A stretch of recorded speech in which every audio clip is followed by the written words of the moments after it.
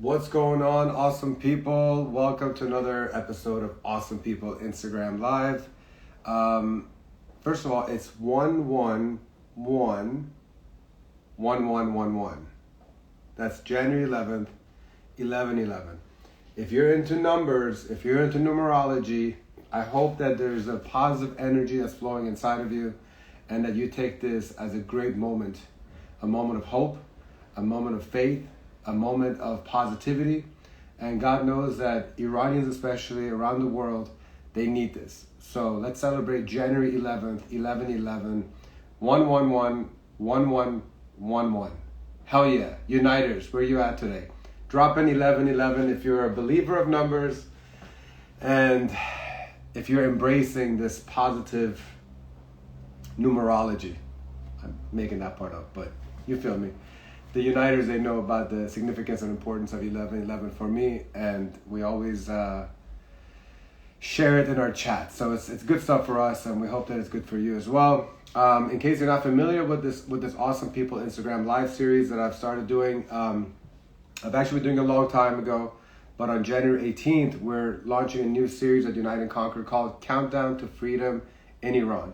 And I wanted to do some IG lives with a lot of our Uniters leading up to it, because there's just so much that we all need to talk about what's happening in Iran. The activities, the news, the trauma that's all around Iran are things that we can only try to combat and deal with by having conversations like this. At least it works for me. It works for some of you, and I'm just always happy to have this 30-40 minute chat with this awesome community that we have here. The guest that I have today is one of our Uniters. Her name is Shahla Nikpour. She is a licensed clinical social worker who holds 2 master's degrees. She's a licensed creative arts therapist and holds her 2nd master's in clinical social work. And I can tell you firsthand that as it pertains to her efforts, her volunteering at Unite and Conquer as a Uniter, she has been the queen bee of arts and crafts. She's been the calm voice, the soothing voice, the voice that keeps on keeping us sane. And so I know that I speak on behalf of all the Uniters, and we're so grateful to have somebody like Shahla in our group, which is why I had her as a guest on our live stream rally for Iran a couple of months ago.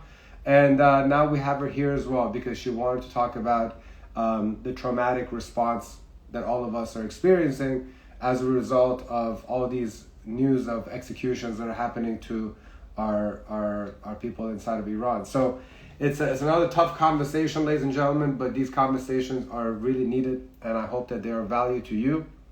So without any further ado, let's bring this rock star of a lady onto our IG Live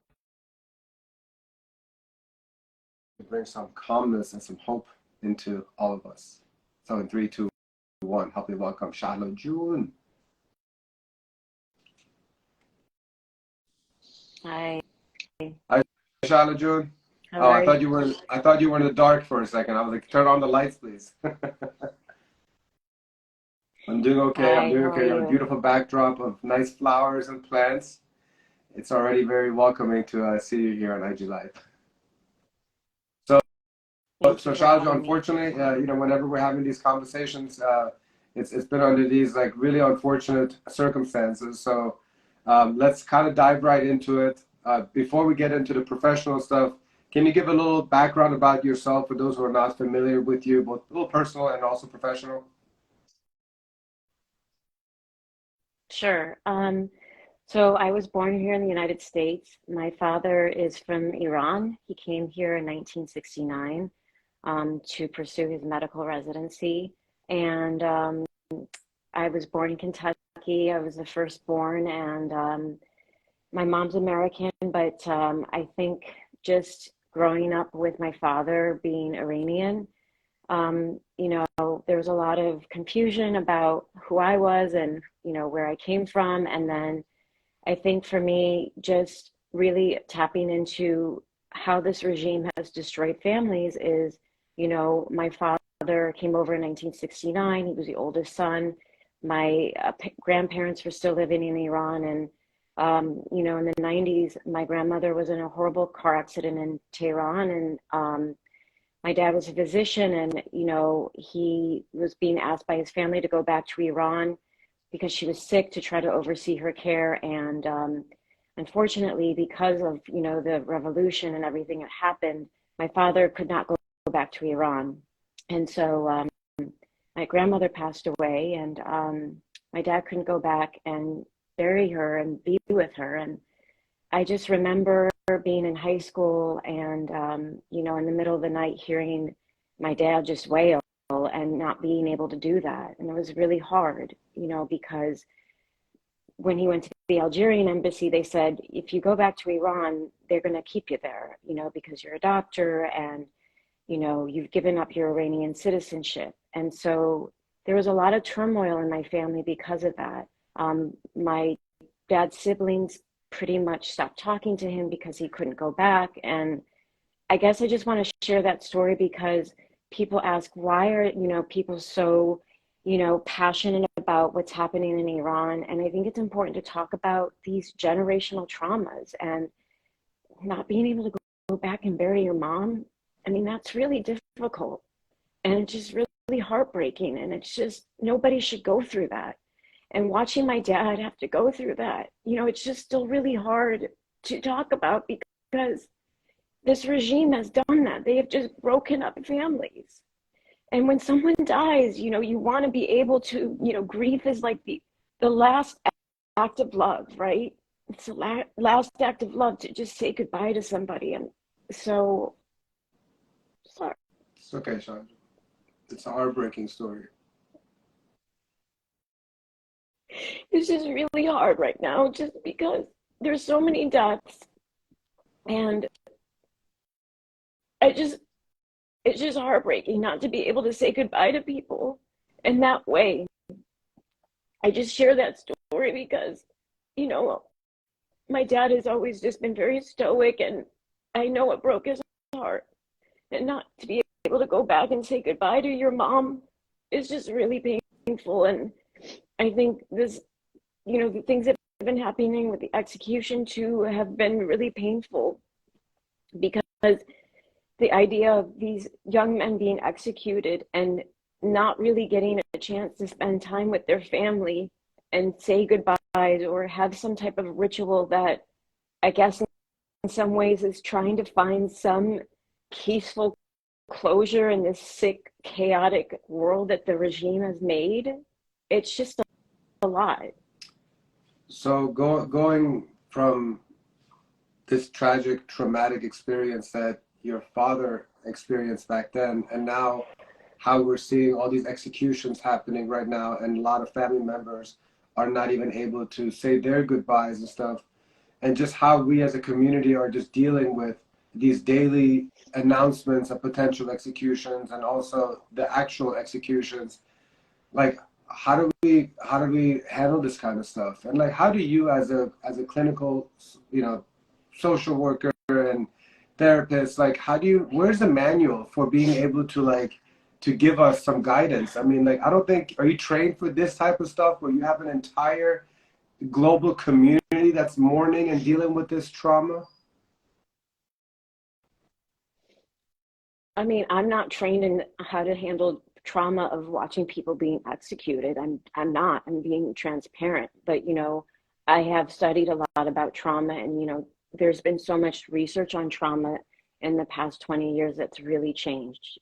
Before, people thought trauma was just war veterans coming home or somebody being a victim of a very violent crime or being, a victim of a natural disaster, but that's not true anymore. Research has shown that people have what can be small t traumas where they've experienced perhaps, again, emotional neglect from a parent, being severely bullied in school, the small t traumas of being an Iranian and leaving Iran when you were either a child or an adolescent and coming to the United States.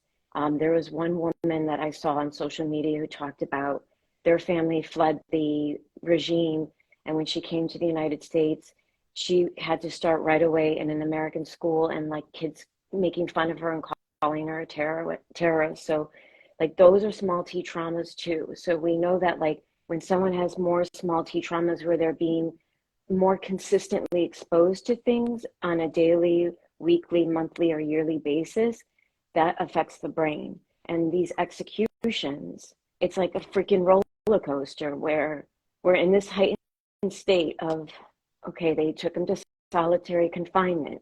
That's an indicator that they may be executed. You know, this heightened state of what's going to happen. You know, there's a huge time difference. Then you know, internet's turned off, and so everyone's in this heightened state of what's going to happen. And then you have these executions, and it's, yeah, I mean, there is no manual. How do you deal with that? And everyone is being affected by it differently. So what do you recommend to people right now? I mean, like, I personally can speak about myself, is that every day I feel like I already have a high level of anxiety of not being able to do more, which is why I'm so eager to do the countdown, and I'm trying to do IG live. So I'm just doing whatever it is in my capacity and in my skill set. But then sometimes it just peaks even above that. So I feel like my baseline is already pretty high, and then just sometimes when it goes up, it's just like just a heavy chest, just really struggling. What are some things that we can do to just kind of balance it out a little bit? I mean, obviously we can't solve this whole solution overnight, but what can we do individually to just catch ourselves from going to really higher levels? I think that's a really good question. I think everything starts back in the body because trauma is first perceived in the body as like a threat, or, you know, the hypervigilance. And so when you just describe like your chest gets heavy, that's actually your body having a physical response to trauma, or just, you know, hyperarousal. And so it's very basic stuff of getting back into your body. For me, I get to a point where I feel like I'm dissociating, and I go to the freezer and I get ice cubes and I put them in my fist and I squeeze them, because the ice is the cold actually sends a signal to your brain, oh, like I'm in my body again, I feel something, right? Because we get to a place where we're like dissociating and we're numb, and the dissociation also looks like perhaps us just scrolling through social media, and then you don't really feel like you're in your body. And so when I work with people that have trauma and they're in a heightened state, I talk about grabbing ice cubes, or you get a bowl with cold ice and water and you actually dunk your face into it, because it's sending a message to the brain like, let's slow this down. And when you can regulate the body, then your mind can start to work. And you know, any type of grounding technique like that, a rubber band on your wrist and snapping it too, just the snap of it kind of brings you back into, okay, I'm here. And I've been working with a breath worker. It's been a game changer. It's this active breathing where you're moving things out of your body. It feels like you're going to the gym, but it's been amazing. So breath work, just doing some deep breathing. There's different types of breathing techniques. Any type of physical exercise. If you need to get aggression out, boxing, I mean, hitting your pillow, biting your pillow. I mean, these kind of sound like, you know, very simple, but they help. I mean, you just have to have like a toolbox of things to go to where you just try to bring yourself back into this moment, because we just go into these spirals and it's hard, you know, and I'm so guilty of this. This weekend was really hard for me. There was one particular execution that just affected me very differently. And I said I was going to get off of social media. I went to the beach. I did pretty well for half the day, but then I got back on social media and a person in our group said, you've got to get off. And it's also about saying, I need to disengage right now. All of this stuff is going to be there. If I need information, I have it. I can get it later. But it is about, in a way, just safely disconnecting. It's not, you know, you just disconnecting and, you know, falling off the face of the planet, but it's just saying, I Yeah. need a break. I feel it's very hard for me, especially, to disengage from social media, but I think I'm at the point where I do need at least 24 hours without anything, which would be the first time that I'll be doing it in several years. But it's just nothing but bad news. I mean, one of our United, Sherry, just said in the chat how, you know, she's now turning off like news at nighttime because that was what's kind of like carrying on through overnight and in the mornings. But what about I know that art has been a major component of your involvement at Unite and Conquer and the protest. You would have like little things. What's the connectivity with you and art and in your own personal healing process, and maybe what you could recommend to other people as well? Sure. I mean, that's a really good question. I think for me, is being able to express pain and emotions that maybe you can't verbalize, or your feelings and emotions or experience about something, maybe other people can't conceptualize or understand. And so that next level is art or dance or music. Shervin's song, I mean, that was a heightened level of taking collective pain. And I mean, you just hear the vocals and it just connects in our bodies. So art is so important. And so for me, it helps me kind of focus on a task again of even just doing adult coloring books. I have these mandala books where when I get overwhelmed again, I color them just because I'm doing an activity and it's kind of taking my brain away from something. But I think art is so important because it's like being able to express things that you can't verbally express. And it's just yours. No one else can take it away from you. Whatever it is, it's your expression. There's Yeah, no right or I wrong mean, to it I either. think that the South Florida Iranians, they really were able to see how even a small group of people, if they do something creative, like the Khoda Noor silent demonstration or even the Mhm. Victims March, and just things that were more creative, um, first of all, it can make a big impact and it brings the community together. And I'm thinking that smaller communities of Iranians, such as South Florida, I think that's what we need to do more, is that we have to kind of figure out how to get creative in an artistic way, to both bring us a little bit of healing and then also bring some awareness. Are there any other ideas, suggestions that you think that we can do to help the community heal and how to bring awareness at the same time?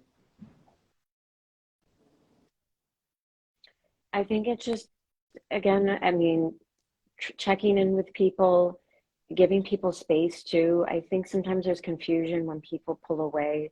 The idea of, oh, they're pulling away, do they care or what's going on? And I think there's a lot of learned helplessness for Iranians because it's 44 years of this, of protests, hoping for change, and then sometimes it doesn't happen. And so this idea of, well, what's the point? Why am I protesting? It's just going to be the same thing. These governments don't care about us. They want this, for economic reasons. And so that's really hard. But I think just giving people space, but also I think doing more just smaller healing activities. I know Shiva has done some meditation, and Sherry and Nadir have done some spiritual groups. I think those are really good check-ins for us, and they don't have to be long. They don't have to be these big things, but just, these small collective moments of healing. If you're doing yoga or if you're doing something that feels good for you or healing, obviously therapy. We're starting to see more support groups coming up in the diaspora, which is great. So there's a place for people to come and just talk about things. Um, and that's really important. Um, and so I think we are moving in the right direction. It's just, this is such a long-term game, but our mental health has always been a long-term game because even if there wasn't this revolution, there's all these other things in our lives. We have stressors, we have family issues, and so I guess just pacing yourself, and sometimes all you can do in a day is just breathe. And sometimes I tell my clients it's hour by hour. If I can get through this next hour, okay, and then I get into the next hour. And so I just think that's, So you it's like mentioned keep it simple in support some group, ways. and you recently started off an initiative yourself a few weeks ago. Can you touch on that and where it's at right now and where you envision it going? Sure. So we've been reaching out to different mental health therapists in the United States and some in Canada and Europe that are either in the diaspora or have been people that have been very experienced in this type of trauma. So we're creating a group where we are discussing, how we can provide psychological first aid in social media. so it gets to the people of Iran, and then also creating support here for the people in the diaspora. So we're working on building a Instagram account where a person can come on and there's tips and coping skills and tools that are in English and in Farsi, and to help people if they're just in a moment of crisis. And then we want to also reach out to the universities where we have a high percentage of young students that are in the diaspora. Those mental health counseling programs in the universities and college, they may not know historically what's been happening in Iran. So we're working on trying to have a panel where we can support those mental health professionals for them to understand what's happening. So I think there's a bigger community that's starting to emerge, and it's great. And we're hoping to get this up and running in the next couple of weeks. And again, giving people tools and resources. Again, things, if they're suicidal, these are the numbers that we need to call, and these are the warning signs to look out for if someone is suicidal. What kind of support do you need to get that up and running? Like, which I think it's a great thing. People need a little virtual home to go to get information about mental health. What else do you need to make that really kick ass? So we're asking we're doing meetings, we're asking the mental health professionals to write and create content that is addressing how to cope with these things, tools that they use with their own clients that have been helpful. We do need help with creating, the actual aesthetics of the Instagram account and making sure that we have the tools and the content translated appropriately in Farsi, because that's a very important component of that too, because we want this to reach the people in Iran. They don't speak English, that they can read this in Farsi. So we do maybe need, content creators that work on Instagram, artists. We want artists too. We need, again, more mental health professionals that are in the diaspora that may have been coming forward, or people that know what it's like to go through a revolution in a country, that know what it's like to have trauma from being an immigrant. So yes, we still need more people. The last thing that I want to ask you is not exactly the easiest of topics, but I always there's always like individuals that I want to try to reach in case they're kind of at the end of their line and they have lost all hope, and they are contemplating taking their life. And in case anybody here that's either listening right now or anybody that is going to watch this on YouTube, if somebody is in that abyss right now, if they're in a very, very, very dark place, and you could speak directly to them, what words of advice, what kind of words of encouragement could you share with them so that they see the light at the end of the tunnel and understand that they're loved and their place is much more valuable here on earth? To stop, to take a moment and just breathe, and remember that this feeling that they're in, it will subside, it will get better, and we need you just to hang on with us, to reach out to somebody, to know that what you're feeling is totally okay. I mean, I just want to be transparent here too. I've struggled with my own suicidal thoughts. I'm a therapist. I've struggled with, I don't want to be here anymore. We've got to normalize that too, of I've been there where you're like, I don't want to do this anymore. And it's about just being able to be like, I need to stop. I need to hang on here. What do I need to do? Talking to people. If you need to go to the emergency room and just say, I'm not doing well, go. If you need to go to someone's house for the night and sleep there and say, I need you to just be with me, go. And it's not just about just checking in on somebody and saying, how you doing? If you feel like your friend may be struggling, it's about going over there every day or checking in with them every day. And yes, getting connected to a mental health provider right away. There's no shame in feeling suicidal. There's just no shame. I want to destigmatize that. I've struggled with it too. I think the wounded healers are the most powerful people because they know what it's been like to go through depression, anxiety, and even suicidal thoughts. But I just want to say that person right now, there are people out here that will be your safety net.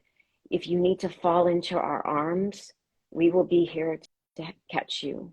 And just, we need you to I hang like on. that. I appreciate the authenticity and honesty. And by the way, Alva Bowers, my dear friend, who's a talented artist who was also on the live stream rally for Iran, she did mention that she's willing to help in whatever way that she can. So I hope that Alva June and Shahla June, you guys can connect, and appreciate Alva for offering that. And I know I said it was going to be the last thing, but now that you were being so honest and transparent, what I really appreciate about Shahla June is that even in her bio, she says this, and Shahla, after I read this part of the bio, if there's anything you want to add to it, feel free. But in her own words, well, in her bio, she says how Shahla has over a decade experience of working with domestic violence survivors, supporting children, adolescents, and adults with recovery from complex post-traumatic stress disorder. More importantly, Ms. Nikpour is a survivor of narcissistic abuse and understands the complex nuances of this epidemic. And she says, I have lived through narcissistic abuse and I get it. Trauma happens to people in many ways, but the experience nonetheless is a significant wound we feel. Trauma is complex and intense. Trauma is a reminder of negative stories that we believe are true. People's pain and anguish can be in all forms. Sometimes the damage is visible and sometimes the wounds are not visible. Regardless of what someone has experienced, all wounds need to be healed and treated from the inside out. Shahla, I really appreciate how you're so yourself and honest and just authentic about this. What else would you like to add on this part that you had in your bio? I mean, we are all going through a collective trauma right now. We're a traumatized world. This is, I think, a conscious awakening of bigger things, of how we need to really shift our mindsets and our communities. I think that empathy and connection are so powerful. And I just want to say this last part, you know, when Mohammed Husseini passed away, Mohammed's other father came and they laid flowers at his grave. I mean, that's just the power of people. They didn't know him, but they went and treated him as his own son. And I just think we need to get into this mindset again of it's about connection, it's about being loving, even when you don't want to be loving towards someone, taking a breath and just saying, we don't know what this person is going through. And we are in a traumatized world right now, but we have the tools to really heal ourselves. And we all need to, you know, do this journey. And it's not easy. Healing it's not pretty. It's not, you know, rainbows and clouds. Healing is messy and it's dirty. It's complex. But if you can stay in it, you know, beautiful things are going to happen in our lives. And for the people of Iran, I really, truly think so. Well, listen, we appreciate you being a part of the United family and all that you're doing for so many people as a professional. I mean, I can only imagine how much more difficult it is for individuals like yourselves, because you're going through this as an Iranian, and on top of that, you're constantly dealing with individuals that are coming to you and sharing all of their stuff. So I whatever amount of energy and love that I have within me, Shahla, I project it towards you, because you all are the superheroes of this entire journey that we're on. So keep on staying strong. We need people like you to be strong as well. Make sure you take care of yourself. And thank you so much for everything you've been doing for the South Florida community, to bring us together, to bring us joy, to bring us healing. Any parting words you'd like to say before we end this conversation? I'm going to just keep it simple. Today, just deep breaths are love notes to the body. So everyone just take some deep breaths today. And I love everyone in this group. And Iman, you've been an amazing person and support. You're a brother to me. And we're going to just keep going. That's right. We have no choice. We're going to keep going. We're going to keep on being stronger and stronger until we crush this regime. So we're going to have to continue to uplift each other and be there for each other. So, Shahla, thank you so much. Love you and appreciate you. We're going to be seeing you very soon, I'm sure. And Shahla is going to have a part in our Countdown to Freedom in Iran series as well, having little mental health tips. So make sure to tune into our weekly live stream that's going to include definitely Shahla Nikpour as well. All right, Shahla, Khuda Hafiz. Have a wonderful rest of the day. Love you. Bye. All right, so ladies and gentlemen, as Shahla Jun logs off, just want to thank you all for joining, and I appreciate all the kind messages that you all left. I hope that it was of value to you. Feel free to follow her on Instagram if you like. It's Phoenix Thriving Therapy. She's an incredible individual who, as you can tell, cares deeply about her community. And so I hope that if anybody is in need of some guidance, some advice, some therapy, at least reach out to her. Especially with what she's doing with bringing together a lot of mental health experts. Her entire mission is to make sure that anyone that needs access to somebody can have easy access to a lot of information. Please mark your calendars for January 18th, and every Wednesday evening, we're going to be announcing the guests of our premiere episode in the next 2 days. Just know that every single time that we have a guest on Countdown, it's going to be a great guest, somebody that's doing a lot for Iran, somebody that's putting a spotlight on what's happening in Iran.